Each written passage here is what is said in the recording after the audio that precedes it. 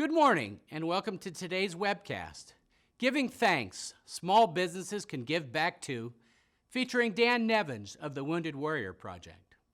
Today we'll discuss how small businesses can benefit from a partnership with the Wounded Warrior Project in this live broadcast from their headquarters in Jacksonville, Florida. I'm Tom Hebert, the Senior Director for Veterans Initiatives at ADP. Prior to joining ADP, I served for 28 years on active duty as an infantry officer in the United States Army. We're honored to have retired Staff Sergeant Dan Nevins with us today.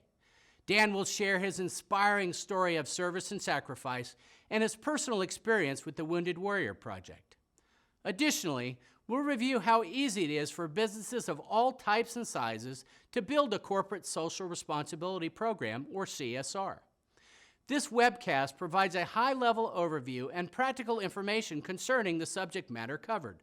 Please take a moment to view our disclaimer. We welcome you to send us your questions by typing them into the question and answer box on the bottom of your screen. We'll try and answer as many questions as possible.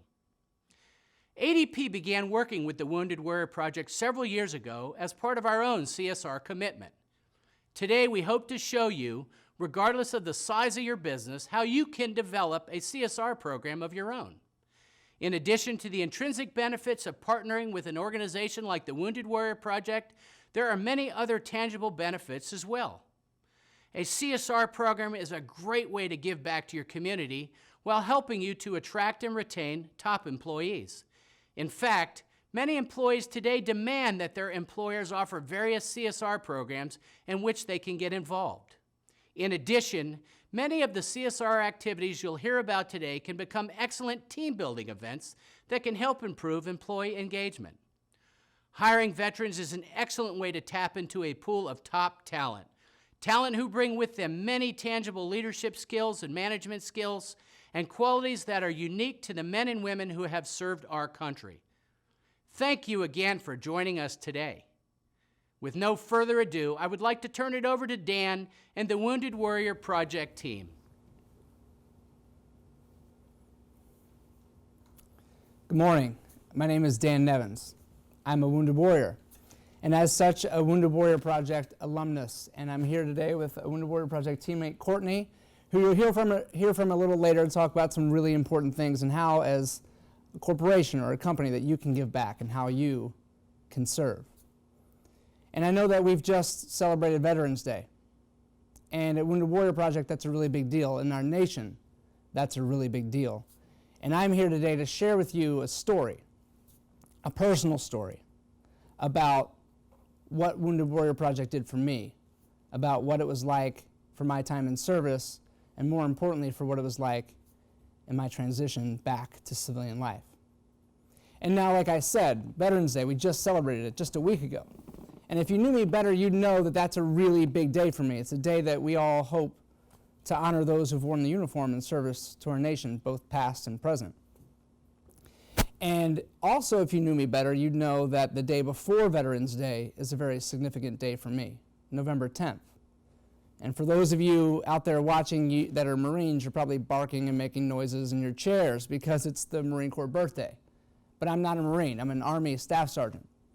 That day's a little more significant for me for a different reason, because it was 11 years ago on November 10th, 2004, that my life was changed forever when an improvised explosive device detonated beneath my vehicle and shattered my reality. It was 11 years ago that day that I lost a very good friend of mine, Sergeant First Class Mike Adelini, who I wear this bracelet for every day, to remember the man that he was, what he taught me as a man, as a leader, as a soldier, and as a reminder for me to live and to find a way to continue to serve. And I remember that day 11 years ago in very vivid detail. For those of you who remember your history, the Battle of Fallujah had just started on November 7th of 2004. And I was not in Fallujah. I was in a place called Balad, Iraq. It was LSA Anaconda, or if you were in the Air Force, it was called Balad Air Base. It was a huge base, had about 20,000 people inside of it. Military and civilian personnel, coalition forces and DoD civilians. It was a strategically important base, sort of a logistics hub for the theater of Iraq.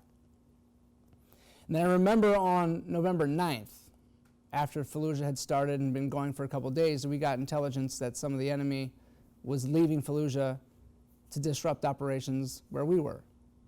So like the most professional army in the world, we practiced, we planned, we prepared for a 72-hour dismounted counterinsurgent operation. That would happen the following day, November 10th. I remember going to sleep that night on November 9th, and I woke up on the 10th, and I was going to be the non-commissioned officer in charge of this dismounted operation. And I remember waking up in the morning and doing all the pre-combat checks with my team. There were 6 vehicles in a 6-vehicle convoy, and they were going to drop my team off for a dismounted operation. 72 hours, waiting for the bad guy to come, take care of business, and go home. Pretty simple. Well, I remember going one by one, and if you knew me any better, you know like I'm a high fiver. I give high fives all the time. I don't know if that's cool or not, but I still do that. And if you were on my team, you would know that when I gave you a high five, that means I had done my pre-combat checks, my pre-combat inspections, that you were ready to go to get in your vehicle. So one by one, I gave a high five to my teammates. They got in their vehicles. And I get to my lead vehicle, the first vehicle in the convoy, and driving was supposed to be a guy named Smith. Smitty, we called him. But instead there was Sergeant First Class Mike Agnolini, my boss, my platoon sergeant, who couldn't come on this operation with us because he was supposed to have hernia surgery. Because he was just such a hardcore guy that he was trying to fight through this hernia. And we made him go, get it fixed. And so when this intelligence came and we planned this mission, he was being planned out of it. But he was just the type of guy that couldn't say no. The guy that couldn't let his men go out and fight without him. So he just volunteered to drive. So he's my boss. I just gave him a high five. I let him get in the truck. And I remember we hit the main gates of LSA Anaconda at exactly 0400 hours in the morning, 4 o'clock in the morning. I remember it was pitch black outside. It was eerily black. There was low-hanging cloud cover that prevented visibility of the moon and the stars, so it was as black as it can get. And it was silent. I remember leaving the main gates, and we took a right on a paved road called Route Dover. And then we took an almost immediate left on a not-so-well-traveled dirt road en route to what was supposed to be our dismount site. And like I said, it was pitch black outside and silent. And the only thing I could hear was the very familiar 6.2-liter Cummins diesel engine in my Humvee as we bounced carefully down that road in Blackout Drive. And I remember my head was bowed in prayer like it was before every mission. And I remember as my head was bowed in prayer, boom. The silence of the pre-dawn was destroyed by the deafening blast that sent my 18,000-pound vehicle about 6 feet in the air in a ball of fire. I remember being in that prayer, and when the explosion happened, I could feel and hear the truck basically disintegrate around my body. I might have been knocked out for a couple seconds, I'm not sure, but I remember being in the prayer that the explosion happened, and when I opened my eyes, I realized that I had been ejected from the vehicle, and my legs remained caught in the twisted and burning metal that used to be the floorboard and undercarriage of the truck. I remember I had a sickening knot in my stomach, and my face felt hot, and I could taste blood in my mouth, and my ears were ringing, my vision was in and out, and I was laying there in the dirt trying to make sense of my surroundings. I was able to see a little better now because there was some lingering fire from the blast, and my vehicle was on fire, providing a little bit more light to kind of assess the situation and see what was going on. I remember as the dust began to settle, I looked forward to the driver's compartment of the vehicle, and I saw immediately that Mike, who I wear this bracelet for, had made the ultimate sacrifice. It was absolutely evident. And I knew that I was hurt bad, but I'd really yet to understand the extent of my injuries, and I laid back in that soft, silty-like dirt, this powder-like dirt that was all over the theater of Iraq, and I watched through blurred eyes as my team moved with tactical proficiency, securing the perimeter, doing everything they were supposed to do as a team, as a family, to keep me safe. And I was their leader, the one that was supposed to be telling them to do these things, yet I was saying nothing, and they were doing all the right things. The trust and faith that I had in them was second to none. And then I remember realizing that I was in relative safety and I had time to check myself out. So like we're trained, I started with my head, and my helmet came apart in two pieces in my hand. And I knew that that wasn't a good start, but I was conscious, and that's a really good thing, all things considered. I remember I continued to check myself, my shoulders, my torso, when I reached up for my legs that were still propped up in my vehicle. That's when I felt it. I felt the unmistakable arterial blood spurt with every beat of my heart, and I knew that I was going to die. I started to make my peace with God. I was saying goodbye to my wife and my 10-year-old daughter. I was giving up and losing what seemed like all of my blood in this horrible place on the planet.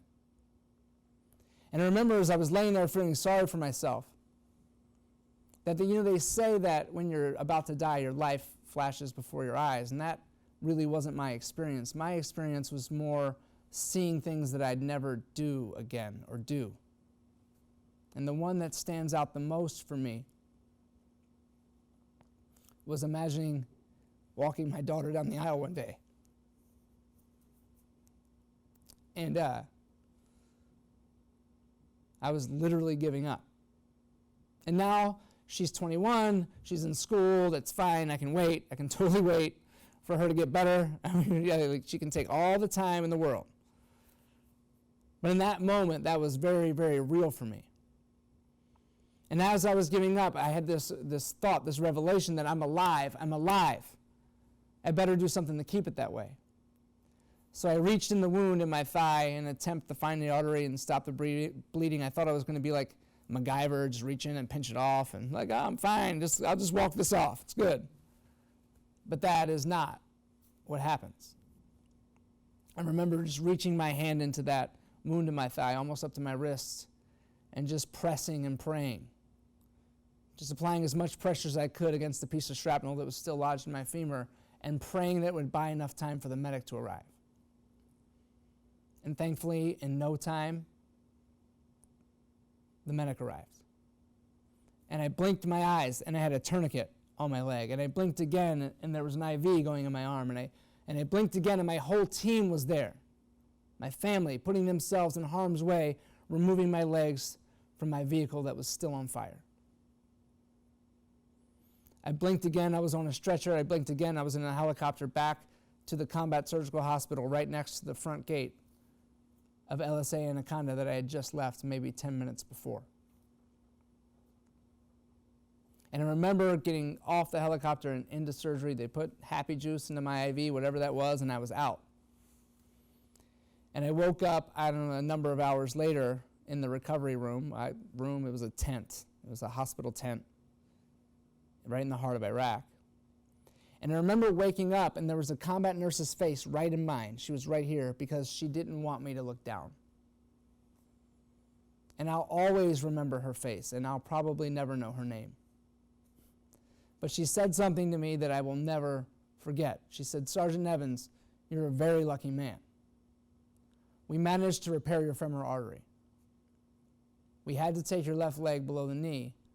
We managed to save your right one for now, but you'll probably lose that one too." And then right around the time I was about to feel sorry for myself, I looked up, and there was my whole team, my family, on the wall of that tent just waiting for me to wake up. And I think I made a joke about returning the roller skates I got for Christmas. And I didn't get roller skates for Christmas, but thank you, taxpayers, for the best pain medicine money can buy. I was feeling good.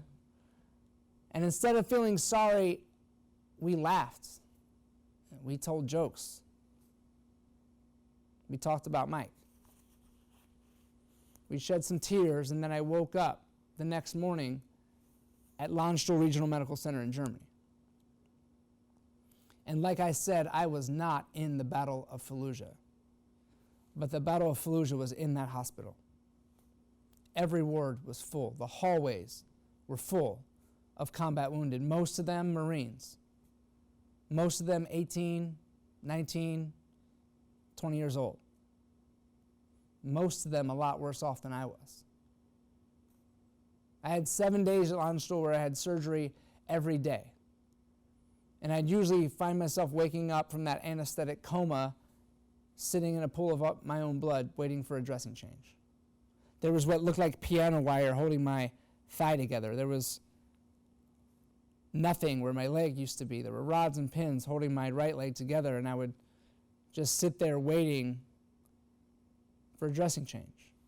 And that's not a reflection of the lack of care that I received, because there was no better care possible. It's the reflection of how busy the hospital staff was saving lives every minute of every day.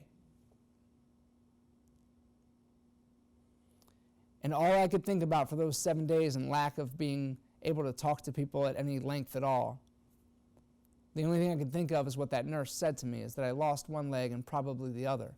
And what can a guy with no legs do? And I ultimately did lose my other leg 3 years later to recurring bone infections and a ridiculous amount of pain. And I'm sitting there now in this hospital in Germany just thinking about how horrible it's going to be, how terrible life will be as a guy with no legs.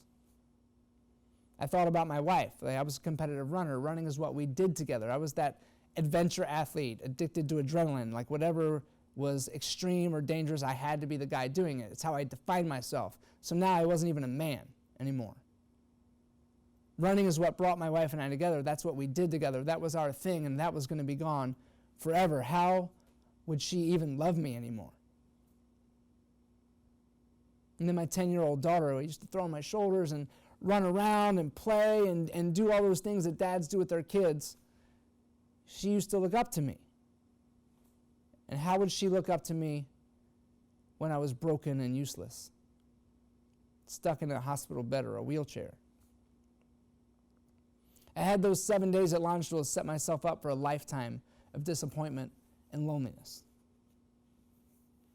And then I remember I finally got my ride to Walter Reed Army Medical Center. And I remember getting on the plane, and I had the most painful plane trip that you can imagine, because they take you off all your pain medicine so you can be lucid to meet your surgical team when you arrive. And I remember landing at Andrews Air Force Base and how painful that was, and my transfer to the ambulance, and from the ambulance ride from Andrews to Walter Reed, and then getting parked in the hallway at Walter Reed with a number of other wounded warriors just waiting for our turn in surgery. And then I remember meeting a very young resident named Dr. Potter, Captain Potter, who's now Colonel Potter. Any MASH fans will know, like, that's, of course, I'd be an Army surgeon if my name was Potter, who's now the chief of orthopedic surgery at Walter Reed, was a young resident 11 years ago. And he looked at my chart and he said, "Sergeant Evans, this is going to hurt." And he started peeling my dressings off that had since dried from the plane ride home, and it literally felt like he was ripping the flesh from my bones. Then I went into my welcome to Walter Reed surgery, where the procedure started before anesthesia even fully took effect. And I didn't feel anything, but I saw it, and that was enough. And I woke up the next morning on Ward 57, which was the severely injured orthopedic ward at Walter Reed at the time. And I remember I had met my nurse, Erica, who was the only human being that I trusted, probably because she had the pain medicine. She was a saint. She was beautiful. She was the only person that I trusted, because all I wanted to be was back with my guys.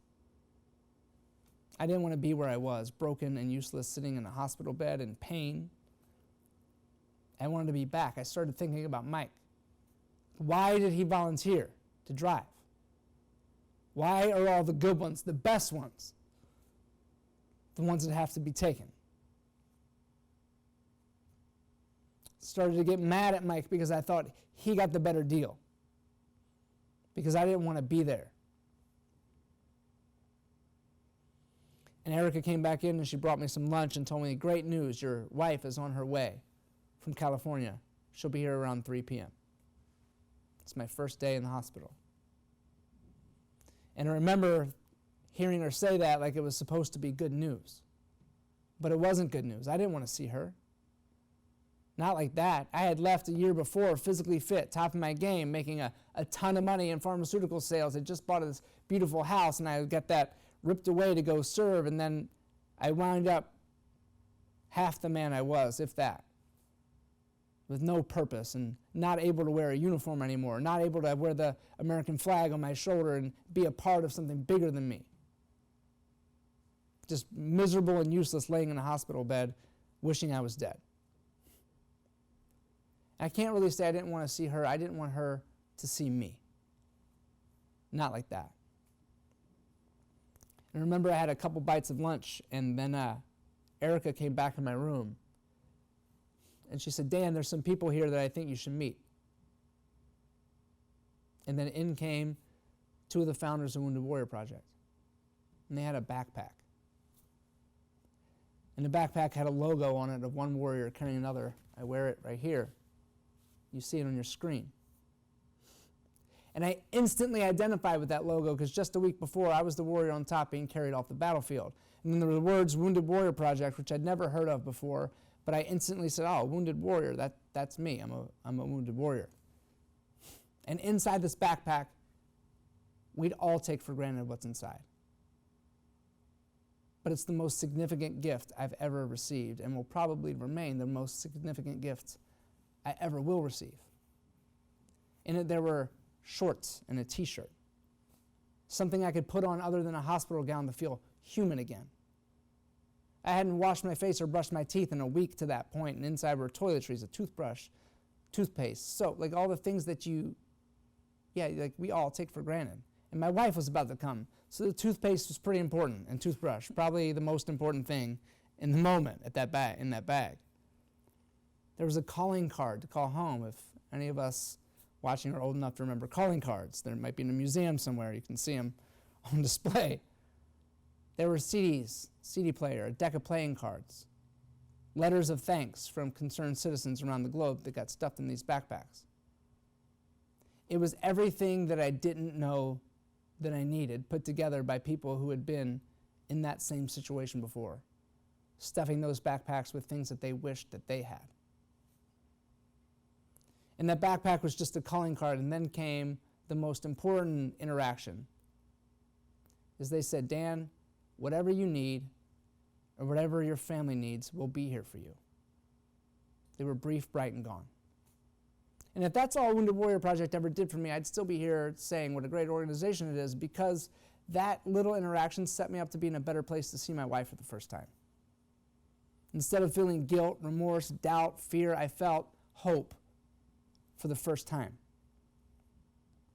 And very fortunately for me, that's not nearly all they did. I think it was 2 weeks later and they were back in my room. And this interaction changed my life. I remember they came back in my room, my wife was there, and they said, so you have to imagine this, I'm flat on my back. One leg is gone, there's tubes and hoses sucking God knows what out of it. There's a giant hole in my leg with looks like piano wire holding it together. It is absolutely hideous. My other leg is up in traction. There's rods and pins holding together. I look like death warmed up. I'm completely pale with dark circles under my eyes because I was probably taking a little too much pain medicine. It happens. I had surgery every other day. I'm not feeling good. I'm not looking good. And Wounded Warrior Project comes back in my room and says, hey, Dan, next month we're taking a group of wounded warriors out west to go skiing and we want you to go. At that point, I hadn't even been able to sit up in my hospital bed. I had been from my hospital bed to the surgical bed, hospital bed to surgical bed. And I was so angry that they had the nerve to come into my room and ask me to go skiing. I just wanted to choke them. And they could see the anger on my face. I said, Dan, I think there's something that you don't understand. We have the best adaptive equipment in the world and the best adaptive instructors in the world, and we're going to bring wounded warriors that are injured just as badly as you, if not worse. And if the hospital clears you to go, we'll get you to the bottom of the mountain.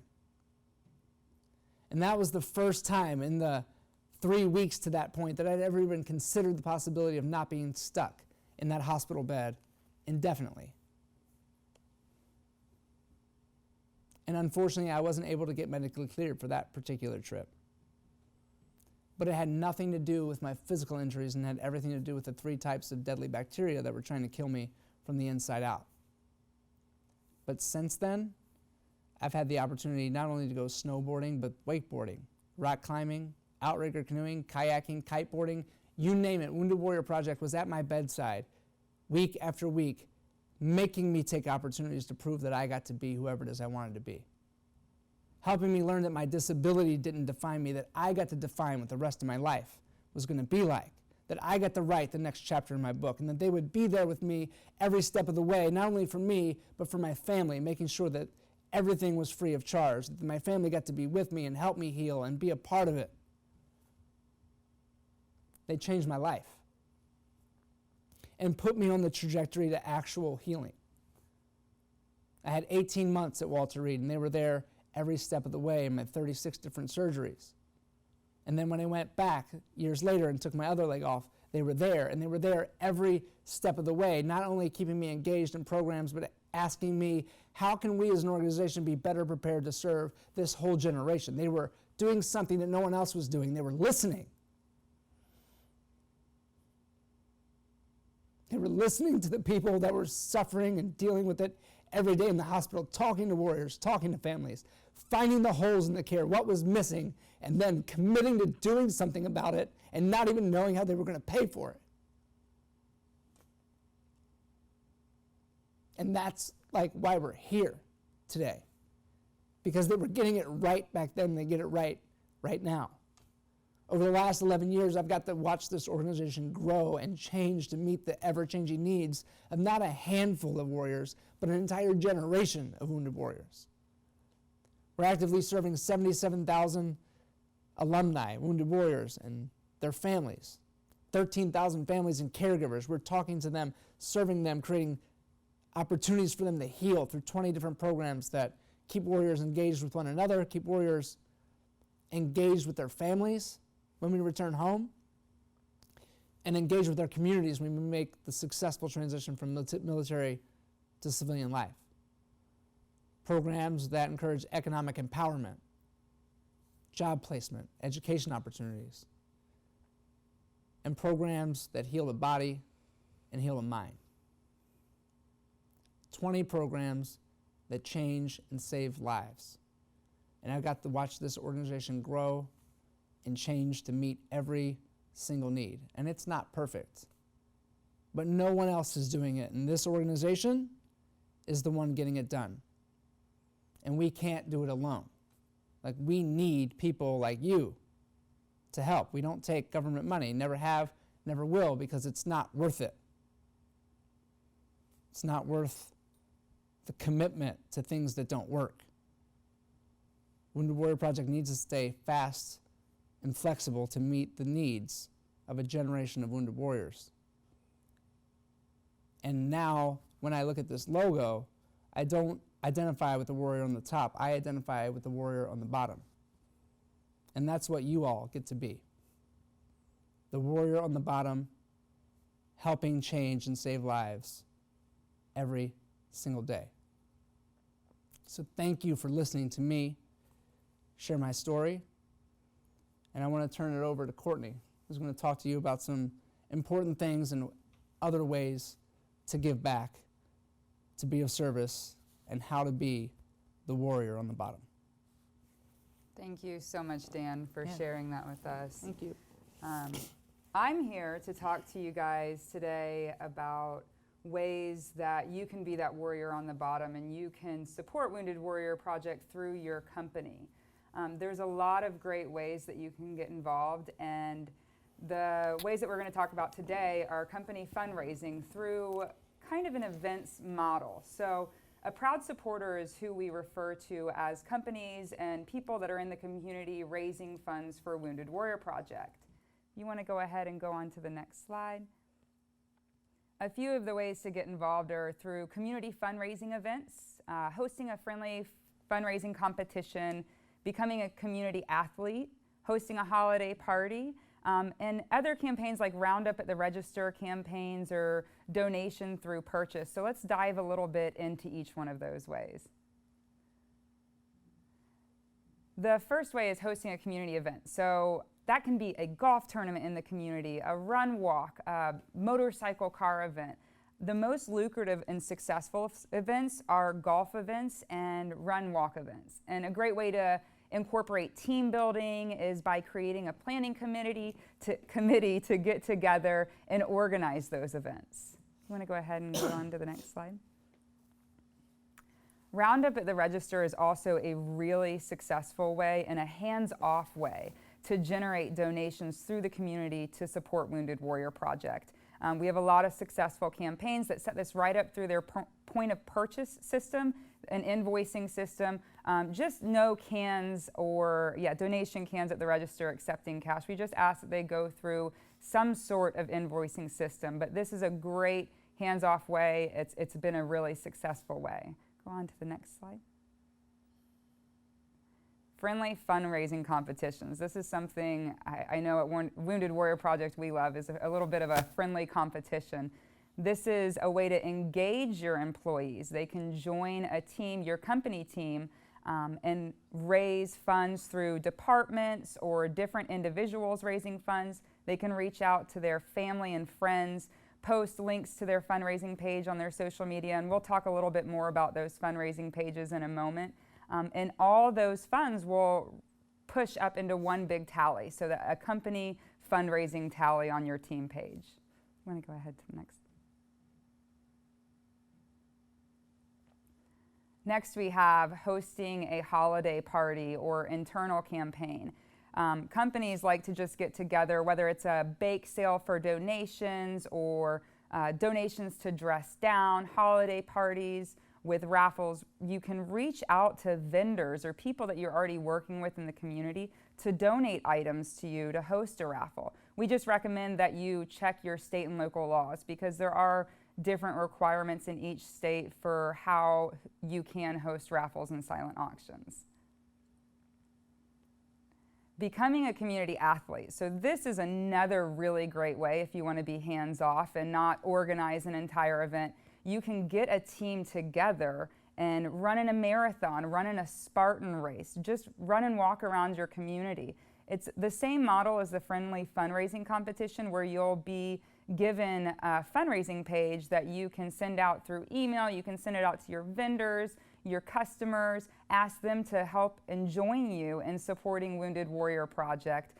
But like I said, you can get involved in anything in your community. You don't have to organize the run or race. You just sign up for something that's happening in your own community and get out there and run. Also, if you raise $500, you get a very unique Wounded Warrior Project jersey. That is an Under Armour Wounded Warrior Project jersey for raising that $500. So you automatically have a $500 goal. If you don't hit it, that's fantastic. If you do, we've got a special little gift for you. You can go on to the next. How to register. So in the resource panel of your webinar today, you'll see a page that has how to register. This slide will actually also be in there. You can visit the Give Back tab on woundedwarriorproject.org. When you go there, you'll see all the different ways that we talked about.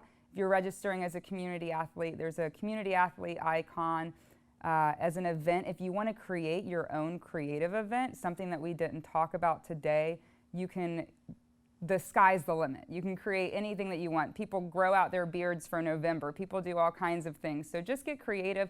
Register as other on the Give Back tab on woundedwarriorproject.org.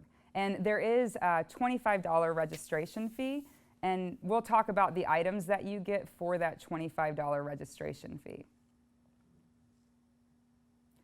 Promotional items. So one of the items that you get through registering is different promotional items, such as Wounded Warrior Project stickers, lapel pins, bracelets. Depending on how you're registering, depends on the type of promotional items that you'll get. So if you're registering a golf event, we'll give you the lapel pins and the things that the golfers like to wear for their tournaments. And if you're registering a different type of event, we have swag boxes that are specific to that type of event. As a community athlete, you do not receive swag because you're not inviting people from the community to join your event. You're going out to an existing event, but there is that jersey that you'll receive when you do hit that $500 fundraising goal.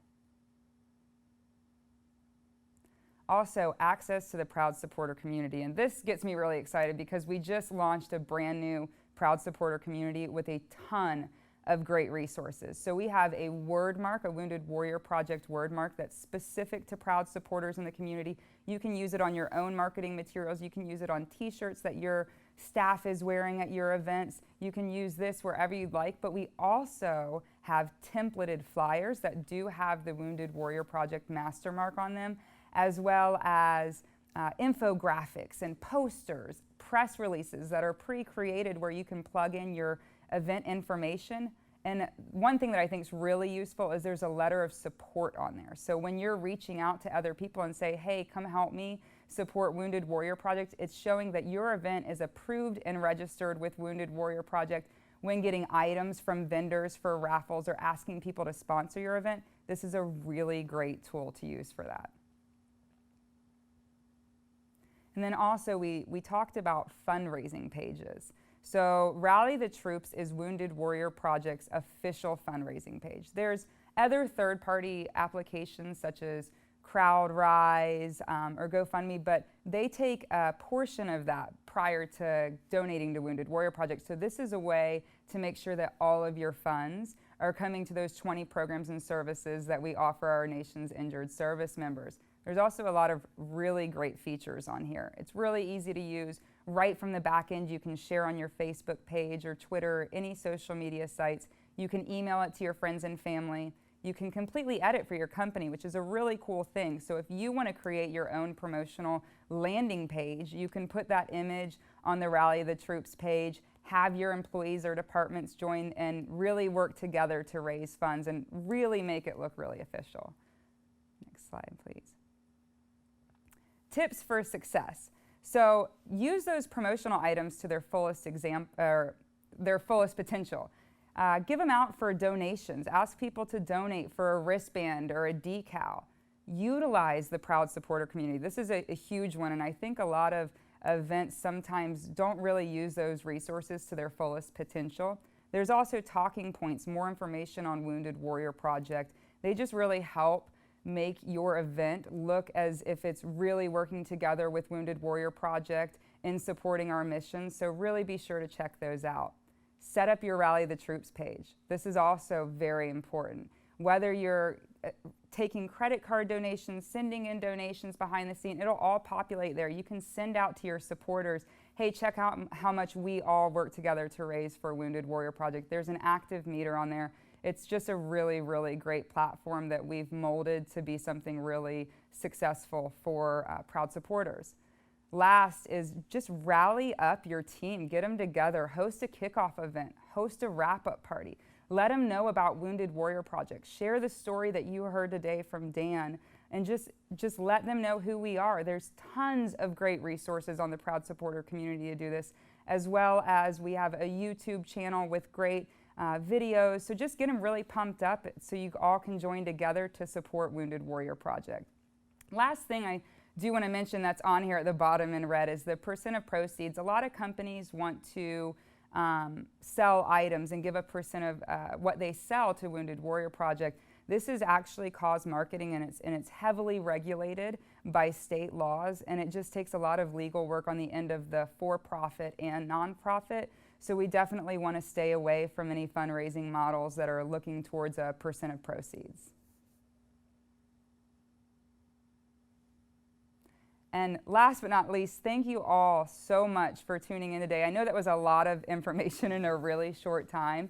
You will have the slides. We're also going to answer some questions, but just remember to go to the Give Back tab of the Wounded Warrior Project website, woundedwarriorproject.org, to see all the different ways that you can get involved and host a company fundraising event for Wounded Warrior Project. You can also email us at events@woundedwarriorproject.org. So thank you guys so much for listening to that. We're going to go ahead and jump right in to some of the questions that we have. Dan, are you ready for some questions? Ready. Okay, so one of our first questions is, this came prior to hosting today, this live webinar, is what programs are available in the Memphis area? You want to go ahead and take that? I will. So the programs that are available in the Memphis area are the same ones that are available all over the country. All 20 of our programs and services are available right in Memphis. People that that want to be involved in the Memphis area I would encourage alumni to register. If you know a wounded warrior who is injured, ill, or wounded on or after September 11, 2001, and they're not a Wounded Warrior Project alumni, get them connected. Let's get them registered. And they will receive emails from the team, and our closest office to Memphis is in Nashville. They'll receive emails called The Post that keeps them plugged into all the different events throughout their area, whether it's events for just warriors, events for warriors and caregivers, just caregivers, the entire family and guests. They'll get a breakdown of all the things that are available for them in their area, in addition to our 20 core programs and services. And one, and the most important, not the most important, but one I think it's really important to talk about, is our resource center.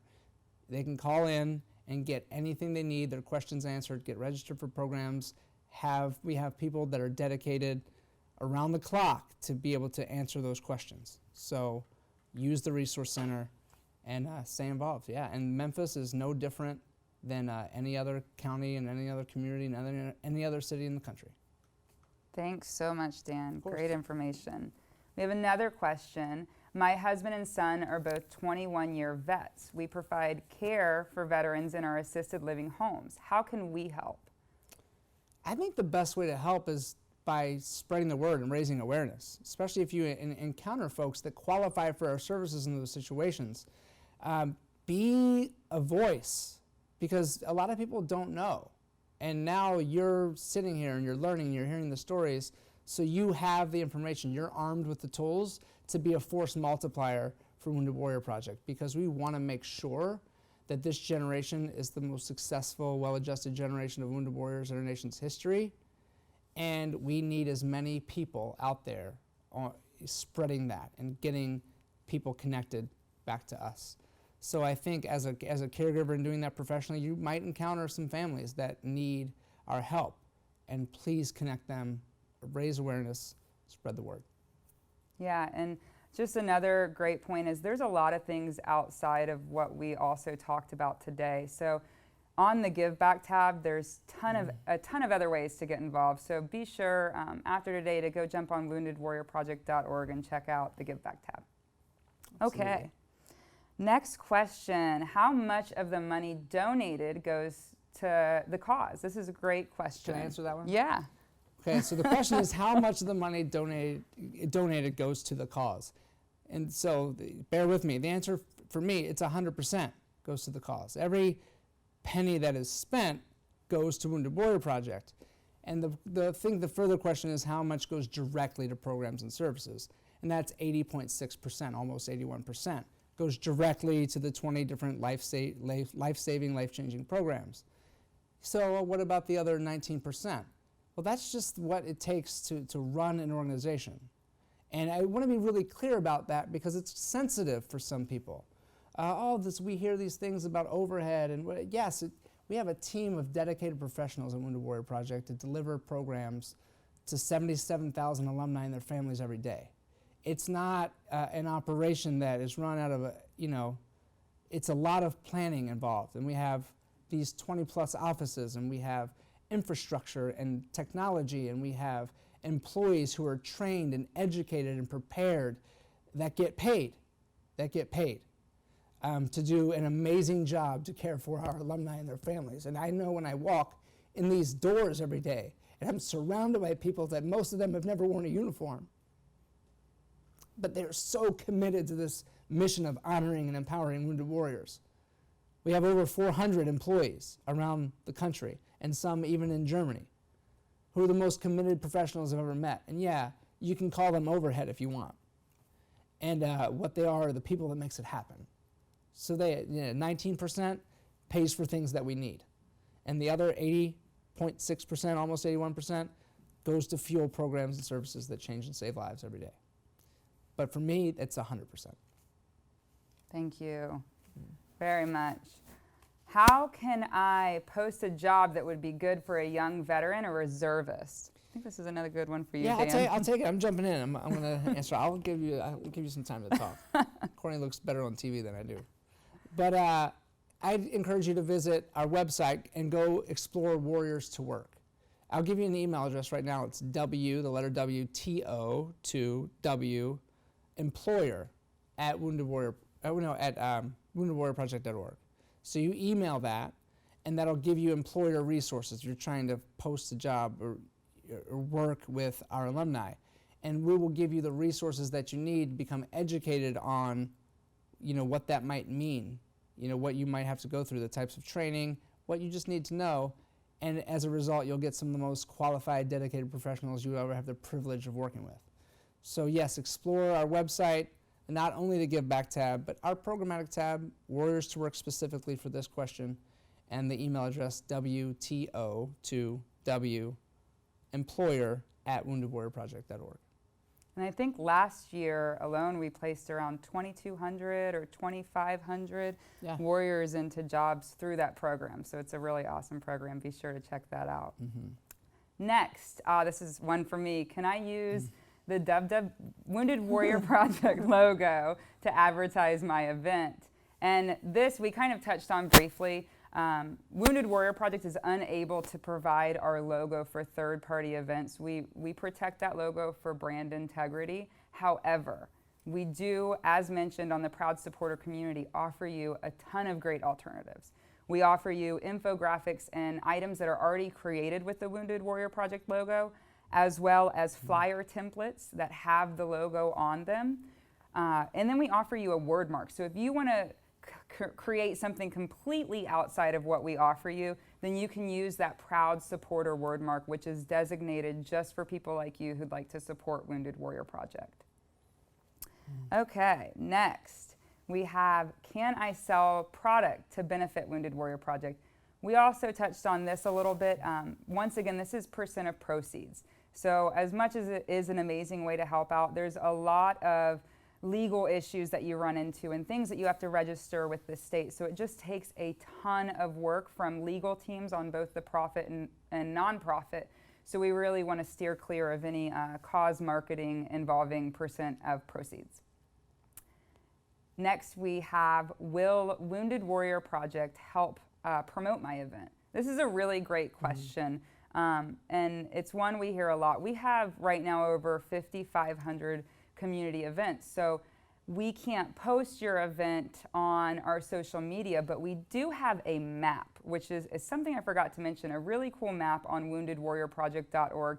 So if you're hosting an event benefiting Wounded Warrior Project, it'll show up on that map. So people who want to come and support you can search by state and date and come out, support your event. So we promote that way. We also encourage you to promote your event on our social media. Come to our social media pages, post your event on there, post it on our wall so other people can see outside of that map. But I have had some really good feedback from our supporters that that map is heavily used and really does help out their events.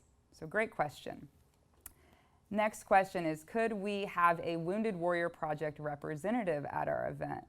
This is also a really good question. Wounded Warrior Project is not a chapter organization. We do have regional offices that are dedicated working directly with our nation's injured service members, but we do have a very small staff of employees that do go out to these events and speak, and with over 5,500 events, we are unable to provide representation at those events. But there are a ton of great tools on that Proud Supporter community. There's a link to our YouTube page with great videos to show your supporters. So once again, just be sure to really check those out. And last, if a supporter at my company wants to find out more about Wounded Warrior Project, how can they do this? Really good question. Dan and I have both mentioned the Wounded Warrior Project website. This is an amazing resource. Can't tell you enough. Definitely get on there. Look at our mission. Look at our purpose. The programs that we have to offer are on there. Our impact stats are on there. Share those with the individuals in your company. Check out our YouTube. Tons of great videos of warriors that we've served and their stories. So be sure to check those out. And then also on the back end of the Proud Supporter community, there is more talking points and information that can help you really support and speak educatedly about Wounded Warrior Project. Dan, do you have anything to add to any of those? No, that's it. But I invite more questions. You can type them in if we, or maybe not. Well, yeah. Sorry. If you have any questions, call me later. We can talk about it. And definitely check out, once again, like we just said, the website, the Give Back tab. You'll get answers to a lot of your questions. We have FAQs, and once you're a registered event, there are frequently asked questions in there, a ton of them. So that's a really great resource to get more answers to those questions. And we thank you guys so much for tuning in with us today. Dan, do you have anything else? No, I just want to take a minute to thank everyone for tuning in, for watching, for listening, for wanting to learn more. And I mentioned before about the honor and privilege it was to wear a uniform in service to my nation, our nation. And it's very cool to now be able to have found a way to continue to serve, albeit in a completely different uniform. And I just want to leave everyone with a thought. Like I said, it's my honor to have served. I can't replace the significance of leading men in combat. I can't replace that. But I can find new ways to serve, and that's what I'm doing. That's what Courtney's doing. That's what the team here at Wounded Warrior Project is doing, is finding other ways to serve, to be the warrior on the bottom. And my question for you all watching, is how are you being called to serve? Thank you so much for listening, for tuning in, and I hope to see you soon.